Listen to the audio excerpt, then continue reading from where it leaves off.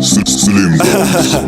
You know, this a Liqour time now. Yeah, Slim Dogs, a Liqour time now. This a real thing, not joke thing. A ninja P. Yeah, inondipasa happiness azimukazi anondipa stress wanisipi una smile kuface fura nzeve nyatoterera kawana dem Liqour life, Liqour life, Liqour life tichirova pia ndine angu magais Liqour life, Liqour life, Liqour life kudyanyika rutivi haisi bais Liqour life, Liqour life, Liqour life tichirova pia ndine angu magais Liqour life, Liqour life, Liqour life kudyanyika rutivi haisi bais ndina mare John Walker mageto yutsi takabroka saka kuti ndigare ndakaloka ndoto ita zviripoka 6 mari ndaiwana yemasupa kwatykwana ndananga gungwa ndakupa tigiri muhuti ichirira yekwa sniper Liqour life aiwa ndiyo yakaipa Liqour life, Liqour life, Liqour life tichirova pia ndine angu magais Liqour life, Liqour life, Liqour life kudyanyika rutivi haisi bais Liqour life, Liqour life, Liqour life tichirova pia ndine angu magais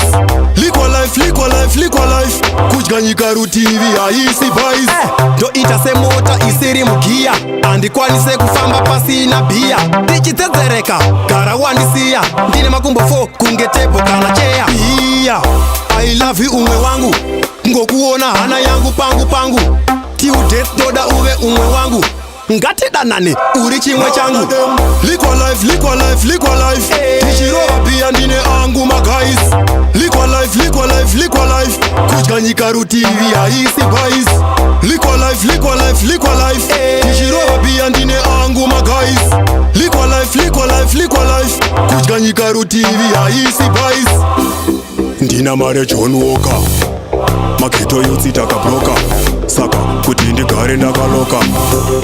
ndoto ita zviripoka 6 mari ndaiwana yemasupa kwatykwana ndananga gungwa ndakupa tigiri muhuti ichirira yekwa sniper Liqour life aiwa ndiyo yakaipa Liqour life, Liqour life, Liqour life tichirova pia ndine angu magais Liqour life, Liqour life, Liqour life kudyanyika rutivi haisi bais Liqour life, Liqour life, Liqour life tichirova pia ndine angu magais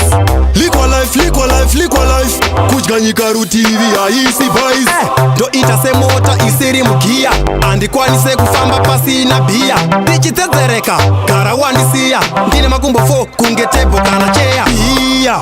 I love you umwe wangu ngokuona hana yangu pangu till death doda uve umwe wangu ngatidanane uri chimwe changu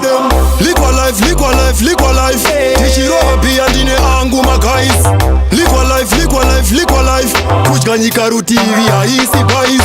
Liqour life, Liqour life, Liqour life tichirova pia ndine angu magais Liqour life, Liqour life, Liqour life kudyanyika rutivi haisi bais